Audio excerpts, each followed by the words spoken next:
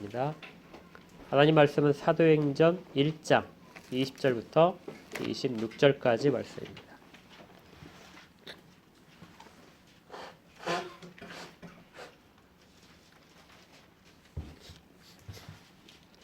사도행전 1장 20절부터 26절까지의 말씀이요. 같이 읽겠습니다. 20절입니다. 시작.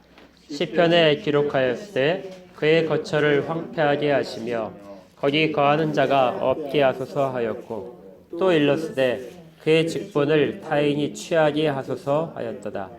이러함으로 요한의 세례로부터 우리 가운데서 올려져 가신 날까지 주 예수께서 우리 가운데 출입하실 때 항상 우리와 함께 다니던 사람 중에 하나를 세워 우리와 더불어 예수께서 부활하심을 증언할 사람이 되게 하여야 하리라 하거늘 그들이 두 사람을 내세우니 하나는 바사바라고도 하고 별명은 유수도라고 하는 요셉이요 하나는 matti아라.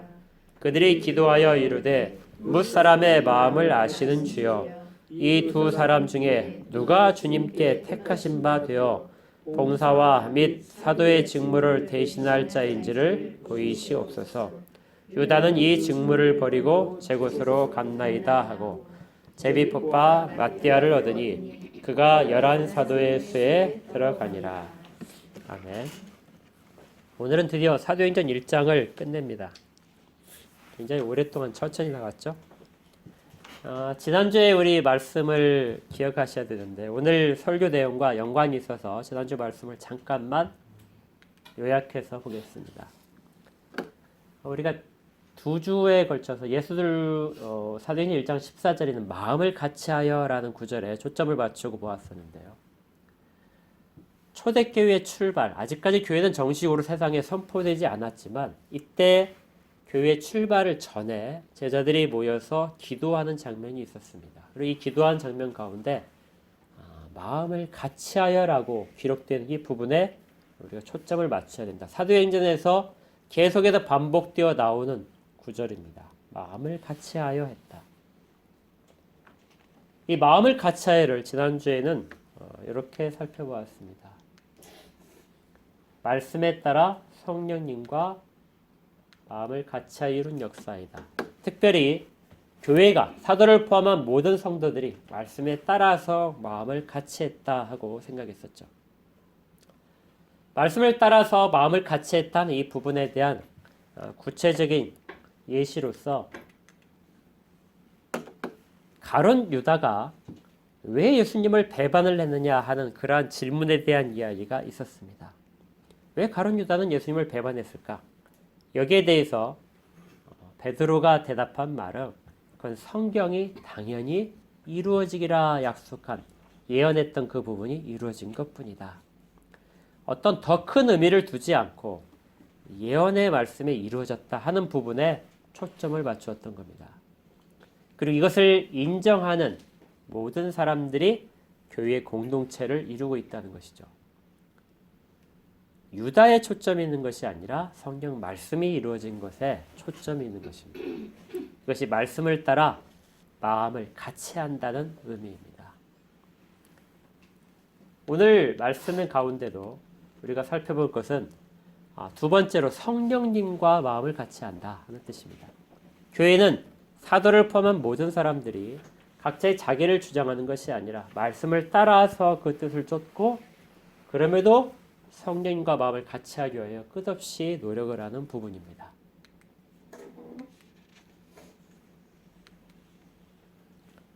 베드로는 오늘 그 가룟 유다가 배반을 함으로써 비어있는 사도의 자리, 그 사도의 자리를 채워야 될 것이다 하고 말을 합니다. 그런데 그 채워야 될 것에 대한 근거로서 베드로가 먼저 이야기하는 것은 우리가 읽었던 20절 뒷부분에 있는 부분이에요. 시편에 이렇게 기록되어 있다. 또 일렀으되 그의 직분을 타인이 취하게 하소서 하였도다. 우리가 지금 기도하는 중에 성령이 오시기를 기다리고 있는데 이 도중에 우리가 할 일이 하나 있는데 이미 비어있는 사도의 한 자리를 성경 말씀에 채우라고 하셨다. 다른 사람을 들어서 그 자리를 채워야 될 것이다 하고 베드로가 이야기를 합니다. 여기서 우리가 이제 생각해 봐야 될 것은 왜 사도의 자리를 비어있는 12번째의 자리를 채워야 될 것인가? 그냥 11사도로 끝나면 안 되는가? 그것이 그만큼 중요했는가 하는 것입니다. 12라는 숫자는 성경에서 이 땅에서의 완전함을 뜻하는 숫자입니다. 그래서 우리 지난주에 읽었던 그 창세기 25장에 보시면 이스마엘의 자손의 숫자가 나오는데요. 이스마엘의 자손의 숫자가 몇 명이냐면 12명이었습니다. 그러니까 이스마엘이 12명의 자식을 낳고 그 12명의 자식이 그 주변에 있는 땅의 지배자가 됩니다. 12라는 숫자는 그 땅을 다 채웠다는 뜻이에요. 그러니까 구약을 잘 보시면 이스마엘의 자손들이 이스라엘 땅의 오른쪽에 있는 부분을 차지하게 됩니다. 그것이 나중에 적대 관계를 이루는 대표적인 부족들이 돼요. 그리고 야곱의 아들 12명의 후손으로 이루어지는 12지파, 이스라엘의 12지파가 해안 쪽을 차지하게 됩니다. 그러니까 12라는 숫자를 반복해서 등장시킴으로써 그 땅에 충만하게 차 있다 하는 뜻을, 빈자리가 없이 다 채웠다 하는 뜻을 보여주고 있는 거죠. 이 12라는 숫자는 우리 삶 가운데도 많이 포함되어 있습니다. 1년에 몇 달로 되어 있죠? 12, 12달로 되어 있습니다. 그래서 10이라는 숫자는 1년을 채우는 숫자입니다. 그러니까 아주 뜻깊은 숫자죠. 그래서 많은 주석가들은 구약의 12지파가 세워진 것, 그것이 이스라엘의 전체 충만한 이 땅 가운데 하나님을 드러낼 수 있는 하나님의 백성으로서의 가득 찬 숫자, 이것을 대표하는 숫자로 12를 택했듯이 12사도는 새로운 하나님의 나라, 예수 그리스도를 기반으로 해서 이루어지는 새로운 하나님의 나라를 채우는 모든 사람들의 숫자를 12 가운데 택했다 하고 이야기합니다. 12라는 숫자는 그래서 사도행전에서 매우 중요하게 취급이 됩니다. 이러한 생각은 계시록까지 이어지는데요. 계시록을 보시면 계시록 21장 10절부터 14절까지 아주 강하게 이러한 부분들이 나타납니다.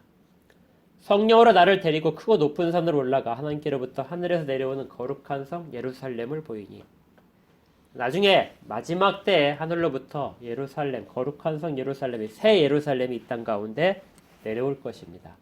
그런데 그 성의 모습을 볼 때 12문이 있는데 문에 12천사가 있고 그 문들 이름에 이름을 썼으니 이스라엘 자손 12지파의 이름이더라. 그러니까 구약의 12지파의 이름이 새 예루살렘 성의 문에 써 있다는 겁니다. 그리고 뒷부분에 가게 되면 그 성의 성곽에는 12기초석이 있다. 성을 쌓았는데 기초석이 12개가 있는데 그 위에는 어린 양의 12사도의 12이름이 있더라. 자, 이 부분에 대해서 12지파와 12사도는 연속성에 있습니다. 그럼에도 불구하고 차이가 있는데요. 마태복음 19장 28절에 예수께서 이르시되 내가 진실로 너희에게 이르니 세상이 새롭게 되어 인자가 자기 영광에 보좌에 앉을 때 나를 따르는 너희도 12보좌에 앉아 이스라엘 12지파를 심판하리라. 그러니까 구약의 12지파보다 신약의 12사도의 이름을 가진 사도의 가르침 가운데서 이루어진 교회가 이스라엘보다 훨씬 더 우월할 것이다 하는 부분이 주의 말씀 가운데 있었습니다. 그러니까 12사도는 12지파를 연속적으로 계승하면서 새로운 그리고 주님의 뜻 가운데 이루어진 더 우월한 지위와 신분을 가진 그러한 자체가 된다는 것이죠. 12사도는 그래서 매우 중요한 것입니다. 그런데 여기서 이제 우리가 꼭 기억할 것이 있어요. 12사도가 12지파를 과연 계승을 한 것인가? 이 부분에 대해서 우리가 지난번에 부활을 이야기할 때 우리가 그걸 어떻게 볼 것인가 하는 새로운 시각을 제가 말씀을 드린 적이 있습니다. 12사도는 12지파도 마찬가지지만요.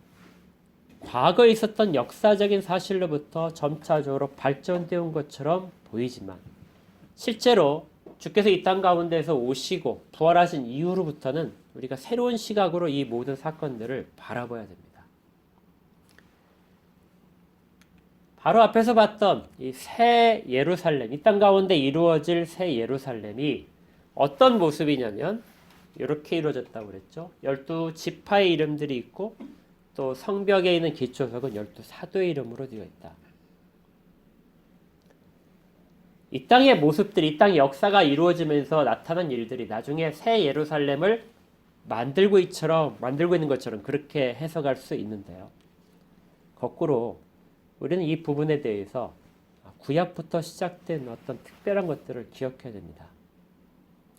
구약에 있는 성막과 성전이 계속해서 발전을 해서 예루살렘, 새 예루살렘, 거룩한 성 예루살렘이 되는 것이 아니죠. 우리 이거 옛날에 살펴봤을 겁니다. 그것은 하늘에 있는 것들의 뭐였냐면 모형이었습니다. 하늘에 이미 존재한 것들의 모형으로서 이 땅 가운데 성막과 성전이 지어졌던 것이고, 교회도 하늘에 있는 하나님의 영원한 보이지 않는 교회의 모형으로서 이 땅 가운데 세워져 있습니다. 우리가 이 땅 가운데 무엇을 함으로써 하늘에 있는 것이 결정되는 것이 아니라는 것이죠. 가끔 이런 분들이 있지 않습니까? 이 땅 가운데 우리가 선행을 하게 되면 그 하늘에 있는 우리의 집을 짓는 그런 벽돌이 막 올라간다. 그렇게 우리가 선행도 하고 헌금도 하고 이 땅에 교회를 세우는데 헌신을 하게 되면 하늘 우리의 집이 훨씬 더 화려해진다. 많은 부흥사들이 이렇게 이야기한 적이 있는데요. 성경에 대한 그 이해를 잘 못하기 때문에 그렇습니다.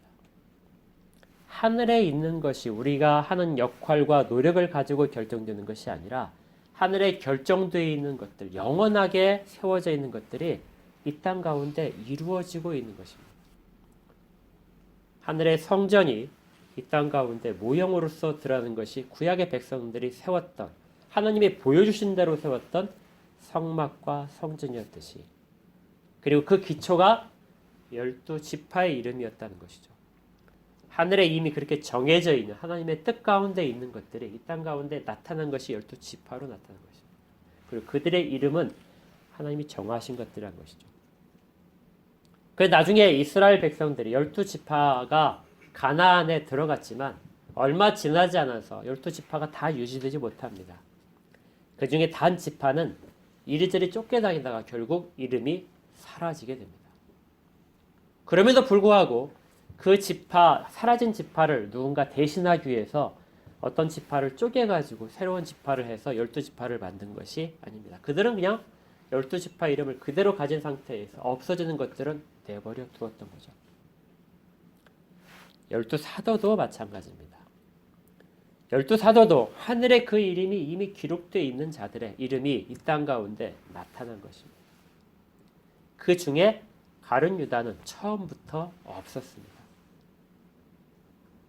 그는 이 땅 가운데서는 땅의 사람들로부터, 그리고 이 땅 가운데 그들이 12제자들이 활동하던 그 시기에는 사도의 이름으로 불렸지만 하늘에 있는 이름 가운데는 없는 이름이었던 거죠. 12사도는 이렇게 해서 다시 채워져야 됐습니다. 하나님이 원하시는 이름, 하나님이 계획하신 이름이 하나 더 들어가서 12사도의 12이름을 써져야만 했던 것이죠. 베드로를 비롯한 사도들은 이것들을 알았던 것 같습니다. 그리고 시편에서 기록되어 있는 그 빈 자리를 타인이 취하게 하라 하는 부분에 대한 말씀을 이것과 연관시켜서 어느 정도 이해할 수 있었을 것입니다. 그래서 그들은 교회가 시작되기 전에, 성령이 임하시기 전에 그들이 할 수 있었던 최선의 일, 그들에게 주어진 역할로서 첫 번째 일로서 사도 한 사람을 더 뽑기로 결정을 했습니다. 말씀이 어떻게 그들의 하나를 이루고 그 말씀에 따라서 그들이 최초의 행동으로서 나타난 것이 말씀을 쫓아간 것이라는 것이죠. 이렇게 사도를 뽑는 일이 결정이 되자 거기에 대한 기준을 정하게 됩니다. 거기에 대한 기준은 21절부터 이렇게 되어 있습니다. 이러함으로 요한의 세례로부터 우리 가운데 올려져 가신 날까지 주 예수께서 우리 가운데 출입하실 때 그러니까 예수님께서 이 땅 가운데 공생애를 시작하신 모든 동안에 그리고 부활하셔서 승천하신 모든 기간까지 그 모든 기간에 22절 항상입니다.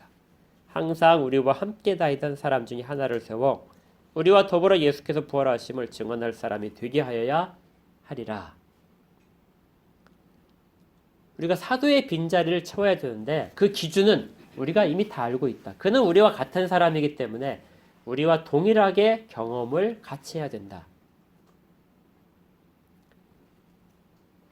그래서 같은 경험을 그리고 같은 시기를 같이 고민하고 그리고 또 고난을 받았던 사람 하나를 택하자 하고 기준을 정하게 됩니다. 이 기준에 따라서 사람들을 선택을 하는데 그 기준에 맞는 사람이 두 사람이 있었습니다.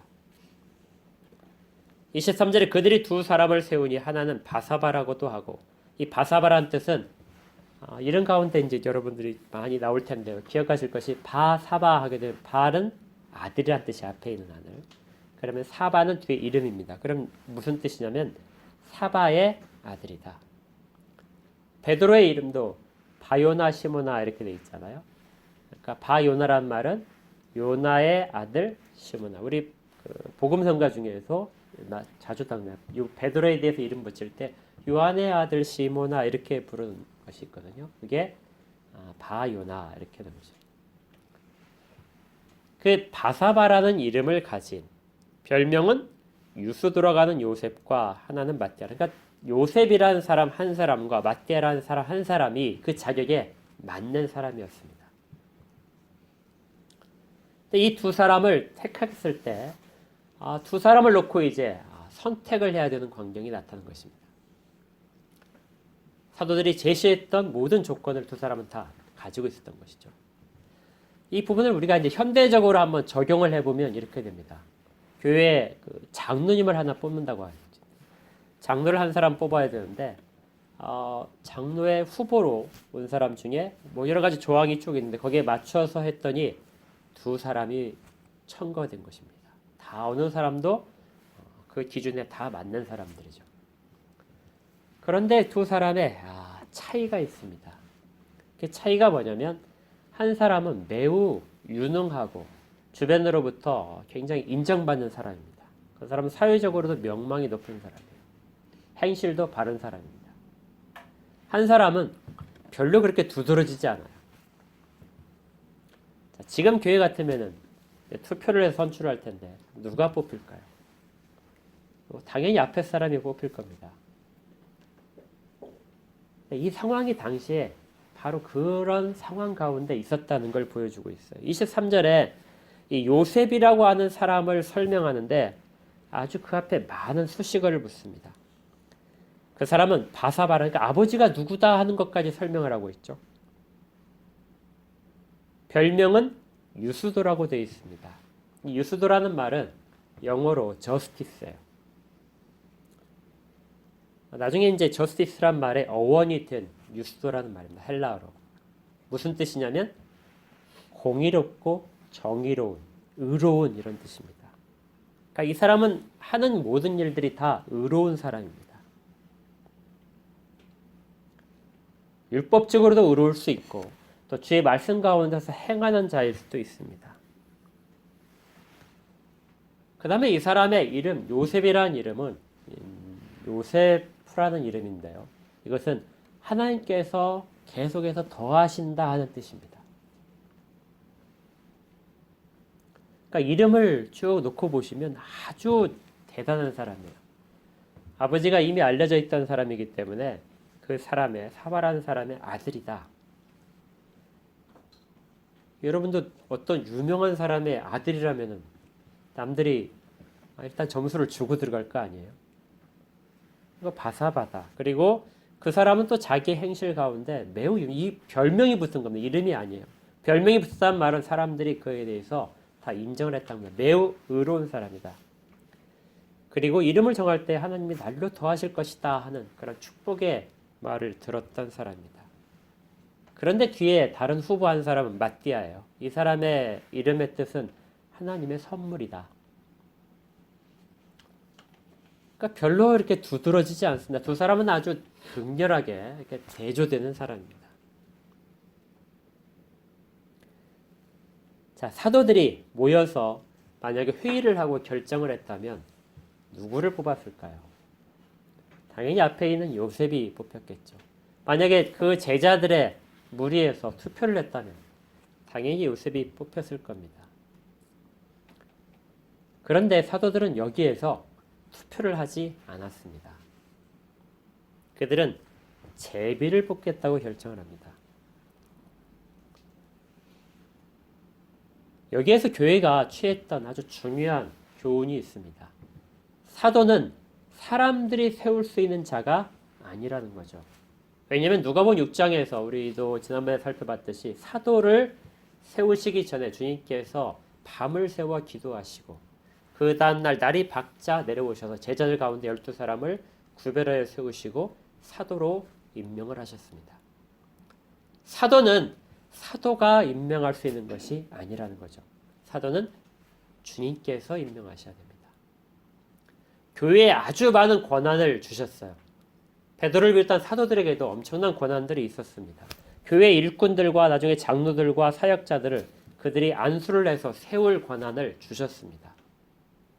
그럼에도 불구하고 사도는 사도를 세울 수 없는 것이죠. 사도는 주님만이 세우십니다. 그리고 이때 처음 그렇게 하게 됩니다. 아까 우리 12지파 이야기도 했지만 나중에 사도행전이 진행되면서 12사도 중에 한 사람씩 순교를 하기 시작합니다. 야고보가 제일 먼저 죽고 성경에 기록되지 않은 수많은 사도들이 인도에서 다른 곳에서 모두 다 순교하기 시작합니다. 그 순교할 때마다 교회는 새로운 사도를 뽑은 것이 아니라는 거죠. 12사도가 정해진 이후로는 그 사도의 가르침만 남게 됩니다. 그들을 채워서 누구를 선출을 해서 또 주께 다시 기도를 하고 선출을 해달라고 부탁하지도 않습니다. 처음에 출발해서만 이렇게 되는 거죠. 이건 교회가 처음부터 매우 완성된 형태로 출발했다는 걸 보여줍니다. 이때 모인 사람들이 몇 사람이었을까요? 성경 보니까 120명쯤 됐어요. 120명쯤 모인 사람들이 초대교회의 시작이었습니다. 숫자는 매우 적었어요. 그리고 그들이 모인 공간은 마가의 다락방밖에 안 됐습니다. 주변에 아직도 그들을 체벌낸 사람들로 가득 차 있습니다. 그런데 12사도를 채우는 광경에서 교회는 어디 하나 부족하지 않게 하나님께서 준비하셨다 하는 것을 증거받고 있는 겁니다. 이것이 하나님이 이 땅 가운데 교회를 보내실 때 허락하신 충만함입니다. 부족하지 않고 필요한 모든 것들을 세우심으로써 하나님께서는 교회가 이 땅 가운데 본이 될 수 있도록 그리고 주님 오실 때까지 교회가 지탱될 수 있는 근거를 다 주셨다는 것을 말합니다. 이렇게 12번째 사도를 결정하는 일에 있어서 그들이 기도했다는 부분은 자기들의 뜻과 자기들의 판단에 의지하지 않고 주께서 세우시기를 바랬던 것입니다. 우리가 교회에서 일을 할 때 원칙이 되는데요. 이 땅 가운데서 주께서 허락하신 모든 환경들과 그다음 지식들을 가지고 결정을 할 수 있습니다. 그리고 가장 현명하게 사람들의 뜻을 물어서 결정하기도 합니다.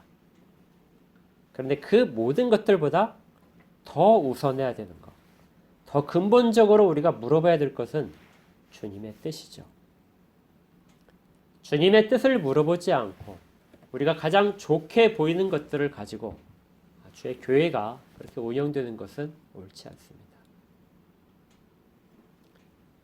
이 한 빈 자리에 사도를 선출하는 부분에서 사도들이 가진 성경의 근거에서 행함과 그리고 주 앞에 겸손함으로 주께 구하는 것들은 교회가 앞으로 가야 될 모든 방향의 근본적인 행동 원칙이 됩니다.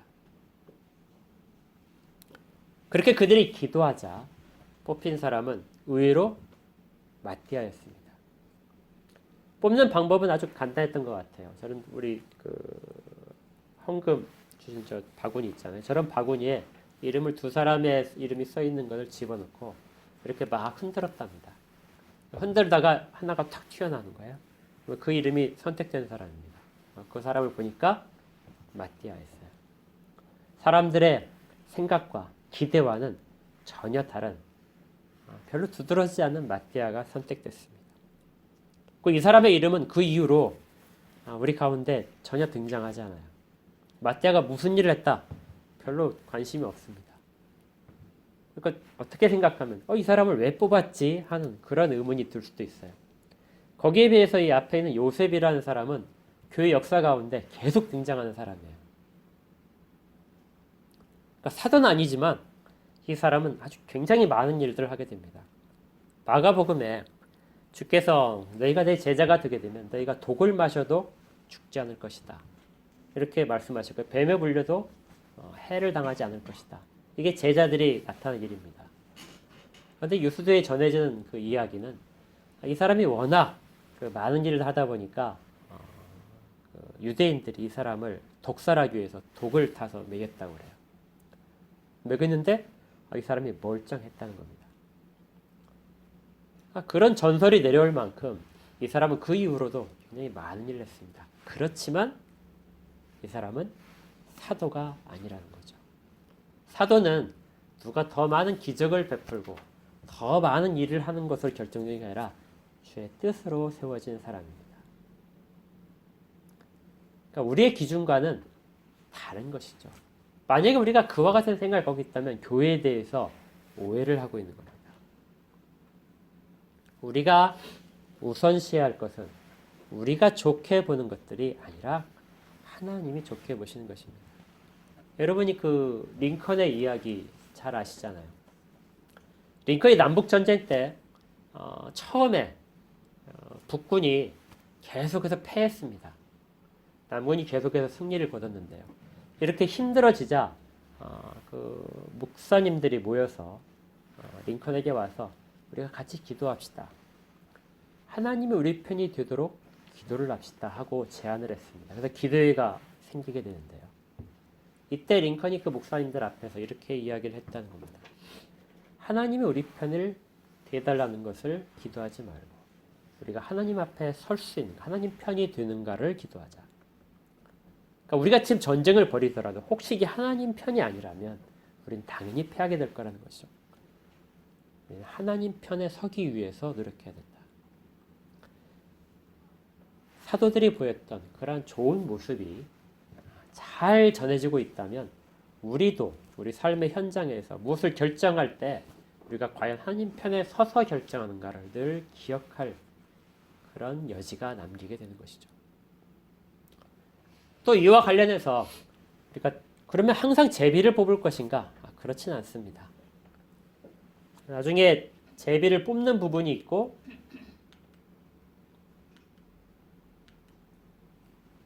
이처럼 선출을 하는 부분이 있습니다. 사도행전 14장 23절에 보면은 바울이 갈라디아 지방의 선교 여행을 첫 번째 선교 여행 중에서 그곳에 굉장히 큰 부흥이 일어났습니다. 사람들이 복음을 전하자 믿는 자들이 굉장히 많이 일어났어요.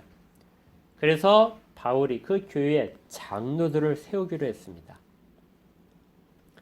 장로들을 세우는 과정이 있는데 그들을 어떻게 했냐면 택하였다 이렇게 되어 있습니다. 이 택하였단 말은 투표를 했다는 것입니다. 손을 들어서 표시를 했다는 것이에요. 투표를 했다는 것입니다. 장로를 세우는 데 있어서 투표를 했고 거기에 따라서 그들이 금식 기도하며 그들을 세우게 됩니다. 그러니까 제비 뽑기를 지금도 계속해야 된다. 이 말은 교회가 하려는 것 중에 하나의 직무를 유기하는 것입니다. 교회는 충분히 교회에게 주신 말씀의 원칙에 따라서 사람들을 세울 수 있도록 권한을 받았습니다. 뭔만 안 된다고요? 사도를 세우는 것만 제외하면. 사도들은 그 권한을 주께로부터 받았고 각각의 모든 사역자들을 세우는 권한은 교회에 있는 것이죠. 바울과 바나바도 교회가 세워서 그들을 선교사로 파송을 했던 겁니다. 그래서 12사도의 이름 이외의 모든 부분들은 교회가 한꺼번에 지혜를 가지고 선택을 해야 될 부분입니다. 이러한 지혜롭게 행한 기록이 한국 교회에 있습니다. 어디에든지 자랑할 수 있는 기록인데요. 김제에 가게 되면 금산교회라는 게 있습니다. 이 금자라는 것이 우리 한자로 김과 금이 어떻게 똑같습니다. 그래서 김제에 가게 되면 금자가 들어간 것이 많아요. 이유는 여기에서 옛날에 금이 많이 났답니다. 이 김제에 가면 금산교회인데 100년이 넘은 교회가 지금 있습니다. 110년쯤 됐겠는데요. 이 금산교회는 굉장히 유명한 곳입니다. 기독교인들 순례 장소 중에 하나인데요. 여기처럼 기역자로 되어 있죠. 건물이 기역자입니다. 안에 보게 되면 이렇게 되어 있어요. 기역자 꺾여져 있는 게 보이시죠? 처음에는 지금 이 부분이 있고 저 옆에 부분이 없었습니다.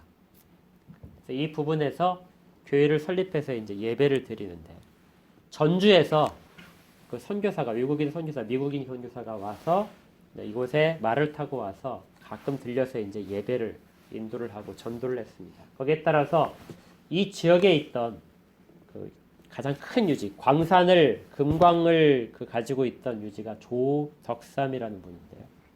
이분이 복음을 듣고 예수를 영접하고 자기의 땅과 재물을 줘서 여기 건물을 이렇게 교회를 세웠습니다. 그리고 나서 자기 가족들을 데리고 예배를 드린대요. 당시 풍습상 남자 여자가 같이 앉아 있을 수 없었어요. 그래서 옆에 새로 건물을 지었습니다. 열려서 기역자로 된 것이고 이쪽은 지금 앞에 보이는 부분은 남자들이 예배를 드리는 부분.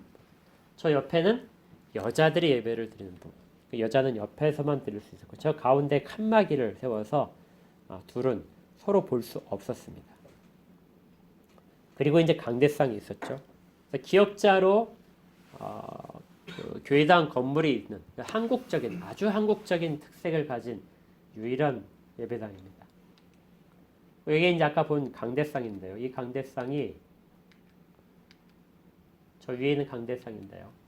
이 강대상 왼쪽에 보시면 여기 조그마한 문이 있습니다. 저 문으로 이제 목사님들이 들어가는, 그러니까 설교하기 위해서 목사님들이 출입하는 문이에요. 그런데 다른 문들은 되게 큰데 이 문만 아주 작게 만들었습니다. 그래서 허리를 아주 막 잔뜩 숙이고 들어가야 들어갈 수 있는 문입니다. 그 이유는 처음에 지을 때부터 교회 지도자인 목사는 남들보다 더 겸손해야 된다. 교회에 들어갈 때 허리를 숙이고 가라. 성도들은 떳떳하게 이 문이거든요. 이 문으로 떳떳하게 들어가고 목사는 좁은 문으로 허리를 숙이고 겸손하게 들어가야 된다. 이렇게 지었다고 합니다. 그러니까 이 정신이 이제 초대교회 아주 한국의 처음에 그런 교회의 정신이었다는 것이죠.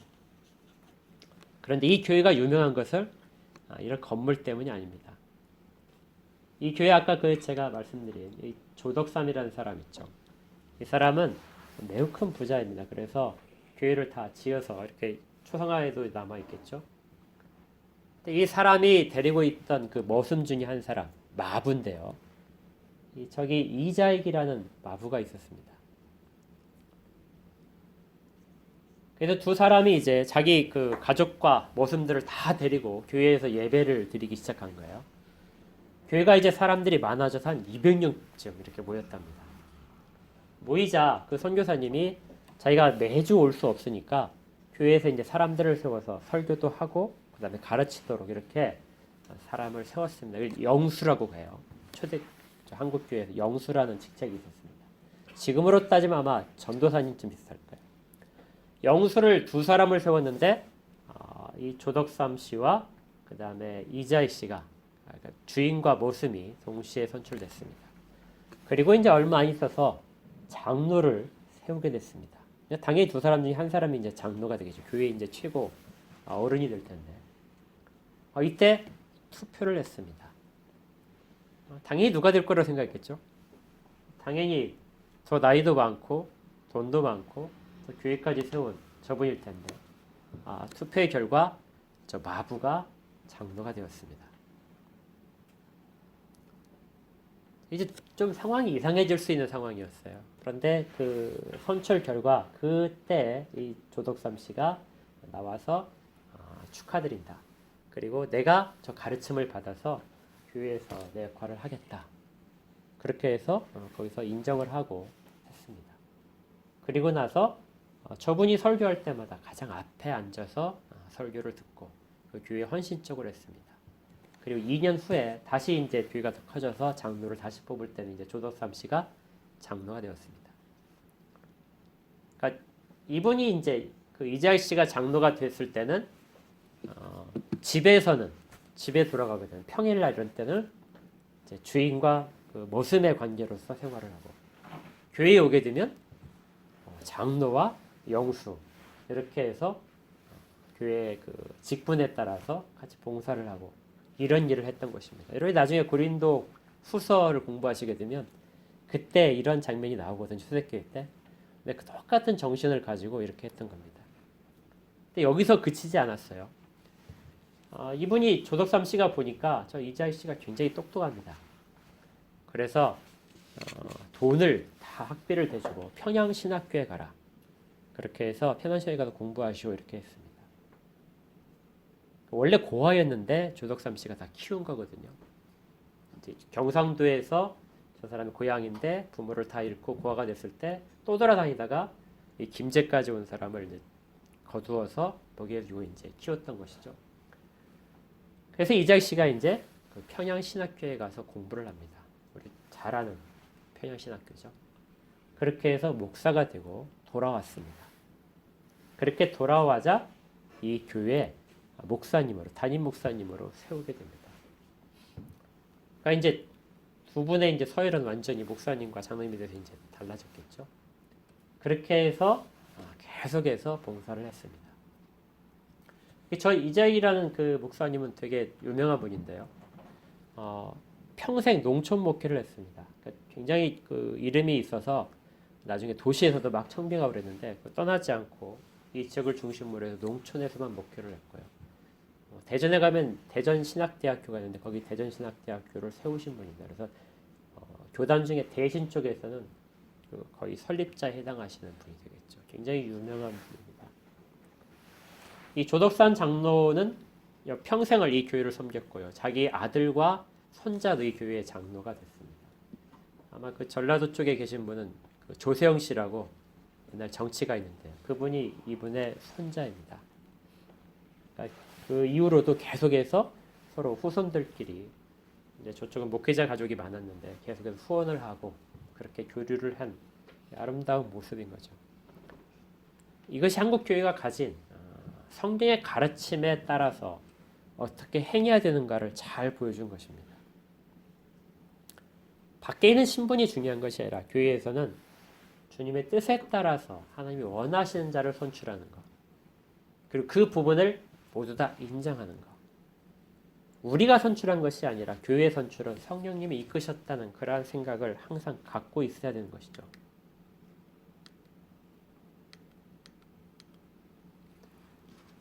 이 부분입니다. 교회가 기도를 해서 하나님 앞에서 결정한 부분들에 대해서 아무도 이의를 제기하지 않고 그 당사자마저도 그것을 당연하다시 받아들이고 그것이 하나님의 뜻이다. 주님이 원하시는 바다고 인정할 때 우리는 성령님과 마음을 같이 하게 되는 것입니다. 이 한순간에 일어났던 작은 부분이지만 교회는 아주 든든한 기초를 그때 가졌던 것입니다. 말씀의 기초에서 말씀이 무엇을 원하시는가에 따라 비어있는 사도의 자리를 택해야 됐고 그를 세우는 데 있어서는 모든 기준을 가지고 동일한 그가 다른 기준을 가진 사람으로 뽑히는 것이 아니라 사도들과 같은 일을 하는 사람, 같은 경험을 한 사람, 같은 생각을 가진 사람으로서 자격 기준을 정하는 것. 그리고 그럼에도 불구하고 주님이 세우시는 사도이기 때문에 주께 맡기고 거기에 따라서 주가 선택하실 것을 기다린 것들. 그 결과 선택된 이 12명이 채워진 사도의 일은 하나님이 새 예루살렘, 거룩한 성 예루살렘으로 원하시는 모습의 완성품이었던 겁니다. 이제 교회는 부족함이 없이 출발할 수 있었습니다. 규모는 작지만 가장은 완벽한 형태인 것이죠. 그리고 성령님께서 이 땅 가운데 내려오심으로써 이 교회는 폭발적인 능력을 가지고 이제 곳곳으로 사방으로 퍼지게 됩니다. 우리가 봤던 그러한 김제 금산교회처럼 주의 말씀을 바르게 안다면 우리의 기준으로 누군가를 선택하지 않고 하나님의 시각으로서 봐야 되고 또 그 결과에 대해서는 겸손하게 하는 것. 이것이 마음을 같이 하는 것입니다. 교회는 모두가 다 이렇게 마음이 같이 되었을 때 가장 강력한 힘으로 세상 가운데 우리 주 예수 그리스도를 드러내게 됩니다. 같은 이야기를 우리 가운데 지금 들려주시는 겁니다. 너희들도 그렇게 할 수 있느냐? 너희들의 모든 지혜와 지식을 가지고 준비하는 것을 철저히 하고 또 주 앞에 맡겨야 될 부분에 맡기고 그리고 그렇게 이루어진 결정에 대해서 한 마음을 가지느냐? 그렇다면 세상이 감당하지 못하는 교회의 모습이 드러날 것입니다. 그리고 이건 교회뿐만이 아니라 가정에서도 마찬가지입니다. 이들의 자손들이 그 교회를 계속해서 섬길 수 있었던 것은 부모가 보였던 모습입니다. 같은 일들은 누군가가 후대에게 가르치고 그 교회가 든든히 설 수 있도록 모범을 보여야 되는 것이죠. 우리가 전에 기도의 본이 되어야 한다는 부분 했었던 거 기억나시죠? 삶에서의 모습도 본으로 드러나게 됩니다. 이러한 복이 우리 교회와 또 우리 교회에 속해 있는 모든 성도들 가정에 일어나기를 원합니다. 말씀과 하나님의 뜻 가운데 모두가 다 마음이 하나 되는 가정과 교회 반드시 주께서 보여주신 것처럼 이루어질 것입니다. 기도하겠습니다. 하나님 감사합니다. 교회가 처음부터 얼마나 주 앞에 완성된 형태로 충만한 형태로 출발할 수 있었는지 그리고 그것을 이루기 위해서 사도들이 말씀의 기초에서 이루고 또 주의 뜻을 물어서 이뤘던 것을 저희들이 보게 됩니다. 이 땅에 지금 모든 교회들이 이러한 모습을 가질 수 있도록 도와주시옵소서. 또 저희 교회가 특별하게 이러한 부분에 대해서 더 민감해서 말씀에 더 깊이 그리고 주의 뜻을 묻는 기도 가운데 더 깊이 주님과 말씀을 펼쳐신 부분에 하나가 되어서 또 성도들끼리 마음을 같이하여 이 주의 복음을 전하는 일에 앞장설 수 있도록 복을 허락하여 주시옵소서. 또한 가정들 가운데 동일한 복을 허락하셔서 부모의 신앙이 바르게 보여지게 하시고 그 신앙을 보고 자손들도 바른 길을 따라가도록 마음이 하나 되는 가정이 될 수 있도록 도와주시옵소서. 주께서 이루실 것을 믿습니다. 예수님 이름으로 기도합니다. 아멘. 찬송가 449장입니다.